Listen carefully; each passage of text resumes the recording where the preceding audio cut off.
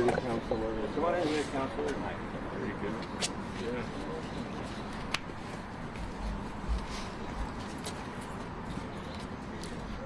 All right. Well, good morning.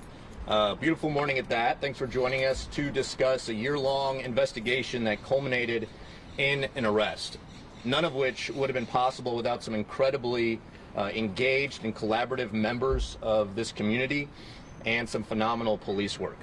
My name is Mike Benner. I'm the Public Information Manager for the Portland Police Bureau. I'll be sharing a few details about the case. Then we'll be hearing from Mayor Keith Wilson, Police Chief Bob Day, Multnomah County District Attorney Nathan Vasquez, Pastor J.W. Matt Hennessy.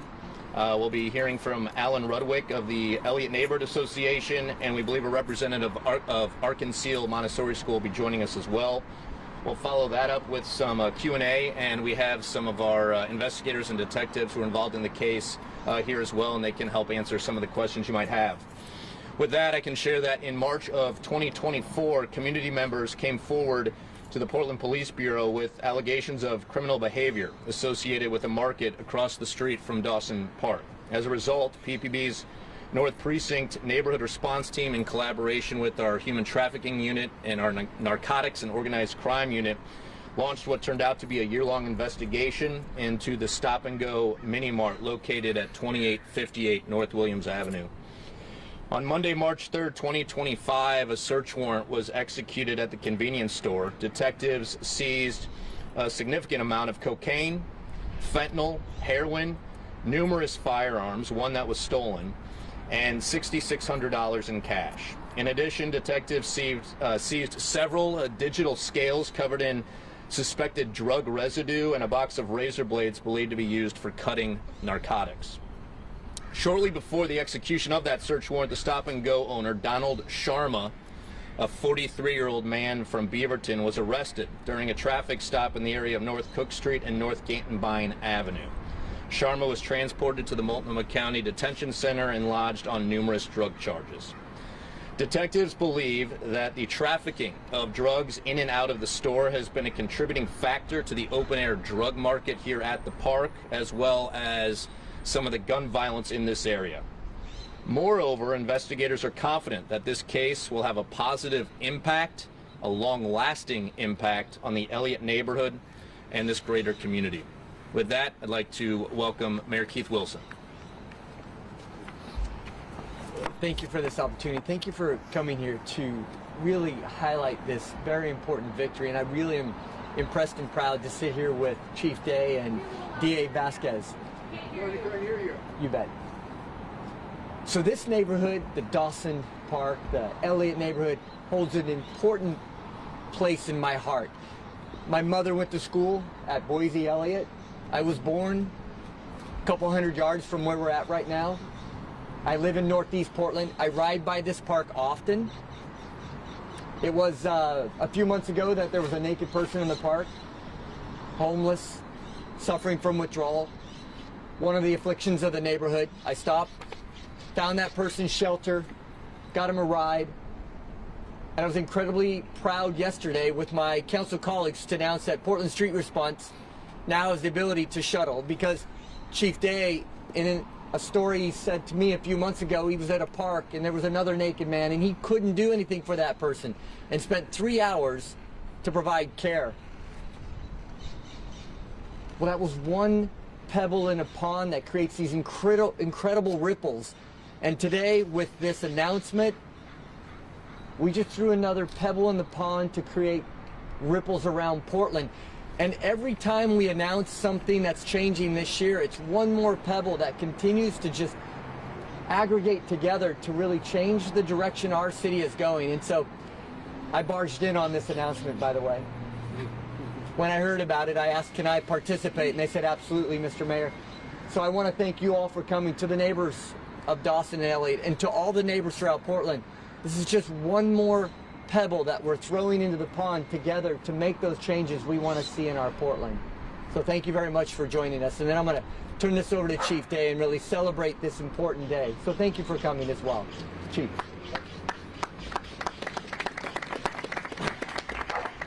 Good morning. So I was reflecting on the events here that we were going to be recognizing today and thinking about the costs of crime. And I want to start with recognizing the humanity that as much as I support and believe in this work, there was a man's life who was changed this week by being taken into custody and entered into the criminal justice system, which can be a very unforgiving system. And I just want to recognize, regardless of the outcome, that that's a human being, that's a person who had made choices and intersected with us in this way. But I don't want to lose sight of that. I don't want to lose sight of the cost that if we lose this market, which I have no idea whether it will stay or not, that's a cost to the community. We need local markets in our community. We need to have corner stores. There's a cost involved in that. There's a cost financially in the police bureau. We've spent hundreds and hundreds of hours on this case. There's a cost in the sense of a loss of safety that this park and this neighborhood has experienced for too long. And I was sort of lamenting and sharing this with my wife last night. She actually stopped me and she said, you know, the word I hear is investment. She says, I hear investment. And I began to think back over the last year and how we've stood in this park together. I see so many familiar faces. And she's right. This also is an example of investment. It's an investment by the community. It's an investment by the police bureau with the community. It's an investment in recognizing the long-standing history and challenges of policing in some of our more marginalized and struggling communities. And we know that this park is significant to the history of Albina, to the history of Portland, and to our black brothers and sisters in this city. And we know that sometimes the police haven't always shown up the way that we want them to. And we understand the complexity of that, but in the last year we've invested in conversations, myself, Pastor Hennessy, I see President Posey and others, about what that looks like so that we can continue to provide a just and fair and safe community for all. So it's an investment. It's an investment by the men and women of the Police Bureau, who I'm immensely proud of, who took on this challenge and have spent, as we just highlighted, almost a year working on it. We could do this press conference on a corner in just about every neighborhood in this city. I'm so proud of the work the Police Bureau is doing and the sacrifice that the men and women are making, not just on their own, but with the community, with our leaders, learning and addressing problems through a data-driven approach that's producing results, as we saw in this search warrant. And finally, it's an ongoing investment. This is by no means the end. This is no means, to me, a success or a stopping point. In a few short weeks, as we can even feel a little bit this morning, spring will be upon us. I worked in this district in the early 90s. I remember its vibrancy. I remember the opportunities that community had to come here and to really enjoy and be together. And I am confident and hopeful that that will be the case as the weather begins to turn. And that this is a small step in that, but you have my commitment that the Police Bureau will continue to invest not only in our enforcement efforts, but in our efforts around relationships, in our efforts around community, because it is making a difference. I echo the mayor's comments. Each one, each step, each time is another indication about Portland's renewal, Portland's renaissance that's happening, and not just downtown, but citywide. So thank you for being here. Thank you for being a part of it. Congratulations to the men and women that have done the good work from the Police Bureau, and I want to turn it over to our partner and colleague, DA Nathan Vasquez. Good morning, everyone. I'm going to keep my comments very brief because I want the voices of Pastor Hennessy and our members of the Eliot Neighborhood and Dawson Park, I want their voices to be heard. So I'll say this very briefly. I'm so proud of the work that Portland Police has done here, the work with our MAPS attorney, Alex Garcia, and the message that should be sent loud and clear is this. The DA's office is here to work with the community, to work with Portland Police, because we will not tolerate individuals dealing these poisons on our streets, here in front of our churches, with our playgrounds and our children so close by. It is absolutely unacceptable, and it's one in which this office will take a very firm stand on. When it comes to individuals that are suffering from substance abuse disorder, yes, we will work with them. We will do everything we can to get them to treatment, but we will not tolerate this type of behavior so close to our hospitals, churches, and children. Thank you for being here today. I appreciate it. Good morning, everyone. My name is J.W. Matt Hennessy. I am and the last name is Hennessee. I'm the pastor of the Vancouver Avenue First Baptist Church, which is literally just a matter of steps from here. In addition to our church being here, we own property right here as well on Monroe Avenue. And so this matters to us, and I'm grateful that we're here. I just want us to remember, number one, this land belonged to others a long time ago. I want us to remember that. I want us to remember the mothers and fathers and grandmothers and grandfathers and others who also inhabited this place a long time ago. I want us to remember the people that for them, this is their Pioneer Square. They've been coming here for 40 or 50 years, and they want this place to be safe. Many times when you come here, you'll find people that are playing dominoes, cards, or anything like that, not trying to hurt anybody, just really here because they care about each other and have a good relationship with each other. They have the same concerns that you and I have about safety. They have the same concerns that you and I have about the importance of being able to have community. And I want to thank the mayor, I want to thank the police chief, the city council, all of the leaders that are instrumental in doing what needed to be done at this store on Monday of this week. I speak also for Legacy, who's done a great job being a good neighbor, and I'm glad to see them represented here today as well. When I say all of these things, we're reminded of the fact that community is all of us working together.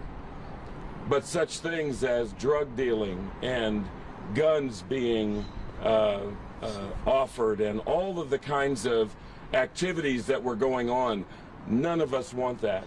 And quite frankly, I'm grateful to the police for the fact, number one, that this was a year-long investigation. It didn't just happen overnight. Number two, I want to thank them for the importance of handling this situation in a very humane way. I say that not just as a pastor. I've been a pastor up here for 20 years, so I've been going up and down these streets for that long. I've lived in the area for 36 years. And what I know as a person who has also led police and fire in my own experience is that oftentimes, even when we're trying to do something right, the way it's handled is not.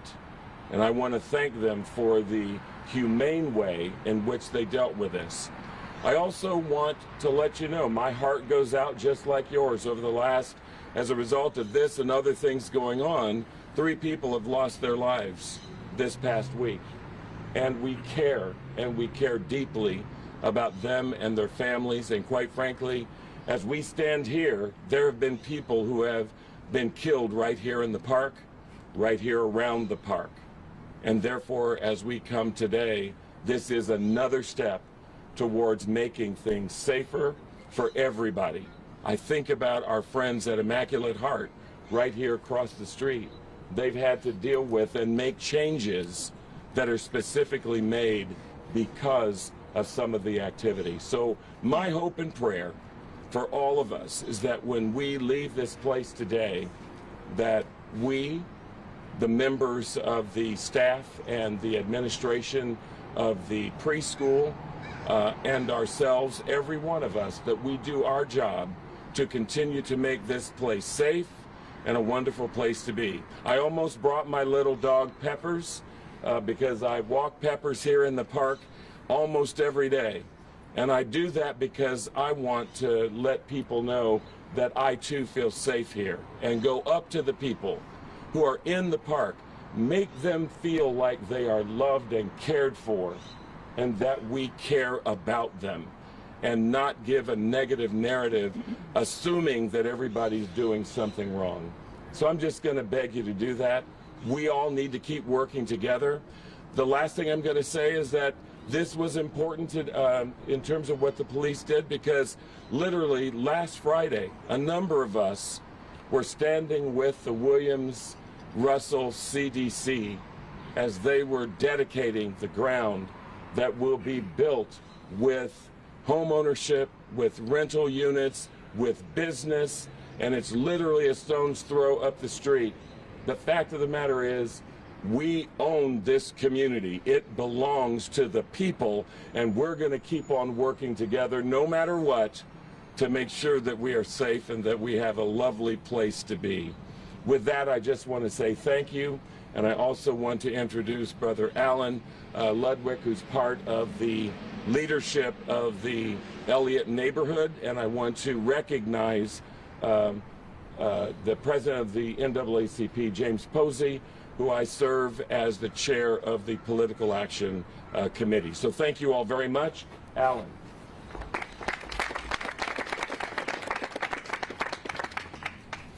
Thanks, everyone. I'm not used to public speaking, but welcome to Eliot. I wish it was on better terms. This neighborhood has been disinvested in for generations, and it's starting to come back. One of the things that we'd like to make sure is that when this store, if it is reopened, that it has windows on both sides. There's a big problem with the way that that building is.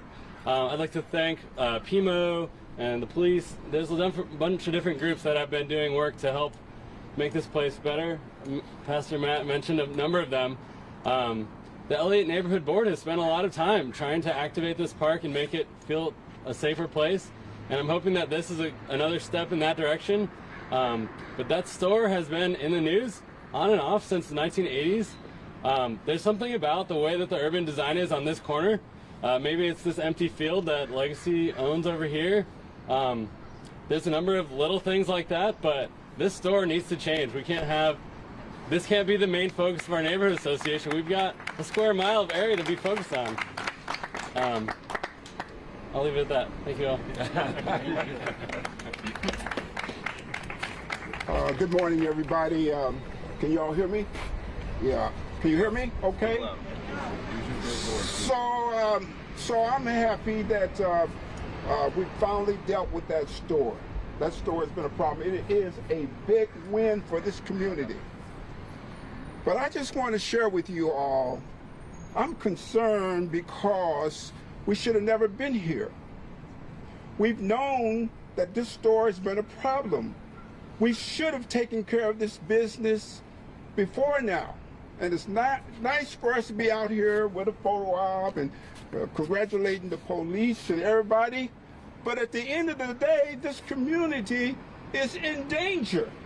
We have the highest unemployment rate. We have the highest incarceration rate. We've got to get somebody out here to help connect the dots.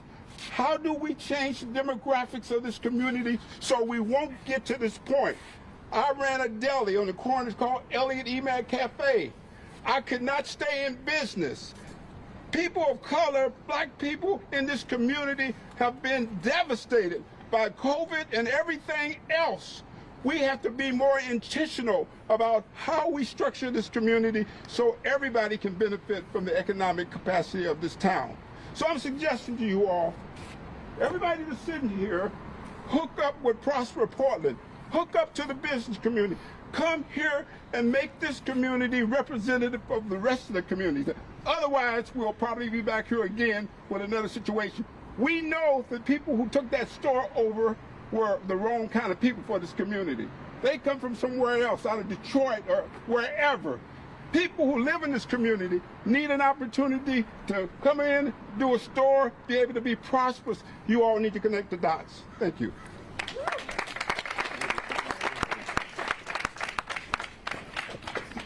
Hello.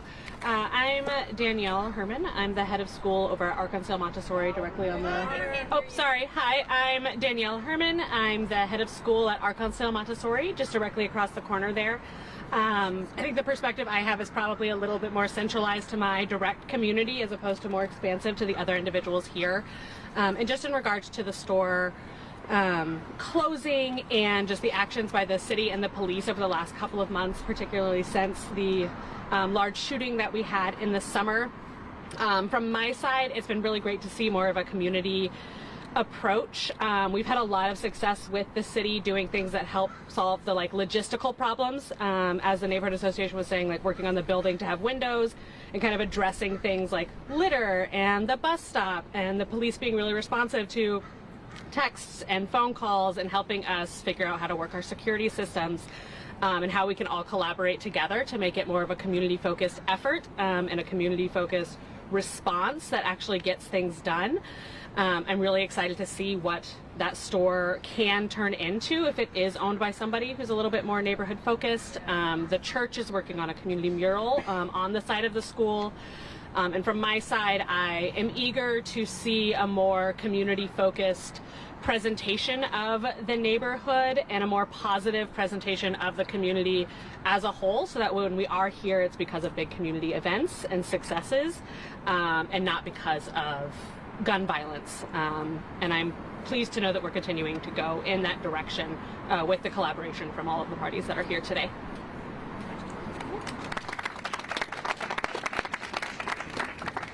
I want to thank all the speakers. I also want to acknowledge the City Council President who is here. Thank you for your support. The President of Legacy Emmanuel here as well, but out of respect for everyone's time, not everyone could speak formally. With that, we'll open it up to some Q&A. If you can just state your name and who you're with and who you have the question for. We'll start with Joelle from Coin. Yes, Joelle with the Coin 6 News. My question is for Chief Day. My question is, do we have an update in that July 19th shooting, and do you believe this is at all connected to the case that you guys are talking about today? Yeah, so spoke with the, there was a question about the follow-up on the shooting from last July that was one of the events that brought us here. And I echo President Posey's comments. It's not lost on me that the number of times that we've stood here, so thank you for your call to urgency and call to action in that regard. But as far as the shooting on the 19th, we spoke with detectives this morning. They're continuing to actively investigate. It is a complex case. As we know, we had a lot of rounds fired on that day. I believe we had multiple shooters involved. So for right now, I can tell you that, I mean, we are still actively working on it, but don't have a person in custody at this point. As regard to is it's related to the store or not, we haven't connected those dots at this point, so it'd be an error to suggest that. But I know that the team, Acting Detective McDonald, Sergeant Namba that are here, and others, I mean, we're doing this from a holistic standpoint, so if there are any connections, we'll definitely draw the line there. Christine? Also a question for Mike Benner, who's here with KPTV News. I'm sorry for Chief Day, I apologize. I'd like to have it for Mike Benner. We could make it for Mike Benner. I wanted to know a little more of the timeline. So when did the store open and when did you guys start getting tips? Have you already been getting tips sooner? Is this an effort of community policing and building trust? Can you talk a little bit about this is a great opportunity for the people who did the hard work on this to step up for a minute. So, Mr. McDonald, Officer McDonald, one of our acting detectives in the precinct, who really leaned into this and took this on. He can give you a little bit of the timeline, and either Sergeant Nam or I can speak to a little bit to the community portion of it as well. But you want to walk them through just a little bit of the last year in just a few minutes? Sure. So the community did let us know in no uncertain terms that the store was a problem and that it was something that had to be addressed through further investigation, and this is probably starting around this time last year, honestly. We started working through that process of getting into the store. As far as that's concerned, the timeline, as you're asking about, for a year, we had a few roadblocks. There was some stuff we obviously had to work through with, well, just getting there investigation-wise. But like once it happened, it was pretty quick how it finally came together. And of course, if the community hadn't talked to us to begin with about any of this, we wouldn't have known what the problem was to begin with. We even wouldn't have known where to start at. So we appreciate that, everybody working with us. Of course, our folks in patrol, we always stand on their shoulders with everything that we do. And I think this also speaks to the efficacy of our neighborhood response teams, both at North, Central, and East. And of course, the expertise that our narcotics organization, Narcotics Organized Crime Division gives us. Did you have a follow-up from that? When did the store open? And you've only started getting tips last year, but had this been a problem prior to that? I believe that the lease was taken over by this person back in 2020 or 2019, somewhere in there. And then, we started hearing about the problems probably late 2023. And then 2024, the things really started to build up steam as far as us making it a priority. So maybe this is a question for the community members then, but why was this brought up now versus when it first started back in the early 2020s? I think the nexus of drug dealing started to become fairly obvious. And of course, when you have a school right next door, when you have a church that's right there, then a hospital that's behind me, that kind of led to it becoming a bigger and bigger priority for us. Go ahead, Heather. Heather with KXL. Can you provide any more specifics as far as how the trafficking was happening? Were they selling it like from the counter if you asked for something specific, or did they have employees in the community selling, just picking up the resources here to actually sell the drugs?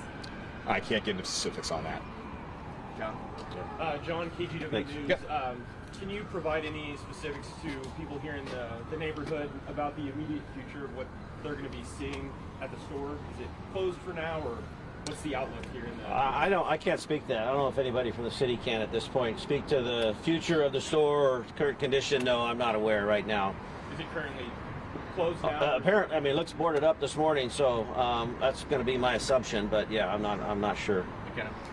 McKenna with KPTV. Any other suspects currently being investigated, or are we just focusing on this one arrest, the owner of the store? Well, what's that? Go ahead, Chief, you got that. I was just going to say, it's an ongoing investigation at this time, so I'd hate to just close the book and say, this is the extent of it. In terms of named suspects, we don't have at this point, but this is really, and I think Acting Detective McDonald said it really well, these things don't happen in a vacuum within the police bureau. This is a holistic effort. It took a lot of resources from PPB to make this happen, and from multiple different precincts and divisions. And so all of our cases, we're constantly sharing information with one another to see if there's a nexus, other parts of the city, even regionally, et cetera. So, as it evolves, it may lead to more arrests. It may just be this, but then we're going to continue to focus on the area to try and restore some of that sense of safety that's well deserved. Joel, you have another one? Yeah, my question is, court document suggests that Sharma said something to the effect of somebody was snitching to an officer or investigator. Given the violence that we've seen in the park, even recently, are you guys at all concerned about retaliation? Well, we're always taking the questions regarding, potential retaliation for community or those that may have participated in this investigation. We're obviously always sensitive to that. There is always inherent risk in participating in these processes for people. We understand that. But we really work closely with our partners in the DA's office. There's a lot of very scripted laws that really would come to bear on somebody who were to try and do any kind of witness tampering or any kind of interference in the investigation. And I know that we, and as well as DA Vasquez and his office, will be looking at that to see if there's any attempt to try and intimidate or interrupt or any kind of retribution that's just completely unacceptable. So I'm hopeful that the way that this is going right now, early on, that we're not seeing that, and then my hope would be that we not see anything in that regard. Christina, a couple more questions. Yeah, I'd asked earlier about sort of the attempts to build trust within the community and whether or not that led to some of these tips. It sounds like there may have been some intimidation going on by, members of whoever was doing these crimes. And so how did you overcome that? And maybe some members of the community want to speak to that as well? Yeah, you've got some great representatives from Eliot Neighborhood and other community leaders that would certainly love to have their perspective. We've talked regularly in the police bureau. One of our primary goals is transforming the dynamic between the police and the people we serve, and that doesn't happen just because you hope it happens. It happens because you go out and you engage and you make yourself available, and that's a two-way street. Oftentimes we point to the police, and appropriately so. We carry a huge amount of authority and responsibility in this conversation in our role in this city, but it's a two-way street. And the thing that I appreciate about many of the folks, and that have spoken, and others, is that they show up. And even if we're not in agreement, there's an opportunity to look for understanding. There's an opportunity to try and seek out options and solutions. And I think in the past, we've hit and missed in that regard. Sadly, that I think the events of particularly last July 19th, but really galvanized us in a way that opened up some doors and some conversations. And so multiple city partners, multiple community members, the police bureau, all being at the table, leads that information. When it comes to crime, solving crime, I mean, generally speaking, somebody knows something. Generally speaking, somebody knows something. And if we can have that level of trust and confidence in one another as well as in the system, we can be far more successful in not only making arrests, but even preventing crime. And as long as I'm in this role, that's going to continue to be a passion of mine, that we able to have those relationships and those communication to be able to try and come to those solutions. McKenna. Oh, sorry. For either Chief Day or DA Vasquez, we learned that Sharma is currently out on bail. Any concern about a potential danger to the community here? It's something that in the district attorney's office we're going to take very seriously. We'll always look at those. I'll say it's extremely rare that those come to pass, but it's something we monitor closely. We did ask for bail, in this case a very high amount of bail. It was posted, and so we will continue to closely monitor with our pretrial services and keep an eye on the case very closely as it goes through the system. Yep, follow up, presumably for the DA. Another 8 charges related to possession, delivering, and manufacturing within 1,000 feet of the school, even closer, I'd say, were already dropped. Can you explain why? I can. So the issue is, sadly, the law doesn't recognize preschools as a school for purposes of that statute. As much as I think that's ridiculous, and I would love to see that be charged, it is something where that's a state legislature issue, and I am certainly a huge proponent of that being changed, because I believe that this conduct, being so close to a school, being so close to a hospital, churches, is absolutely unacceptable. So from our perspective, we want to charge that. So It's also a kindergarten, so it is yes. also a school. Yeah, unfortunately, it's the statutory definition that it doesn't make, and so if we can, we will. Just One so more know from that. this gentleman here. Yeah, question for Chief Day. You said the investigation started in 2024, maybe 2023. Does that mean that OLCC never referred you to issues they knew about in 2022? I'm not aware. I mean, we'd have to do some follow-up on that, Mike, in terms of information we did or did not have from OLCC in 2022, so I can't speak to that right now. But we can follow up with that, get your name, and if somebody wants to know the information we did or did not have and the actions we did or did not take in that time period, we can put that out. Thanks. A number of collaborators at all?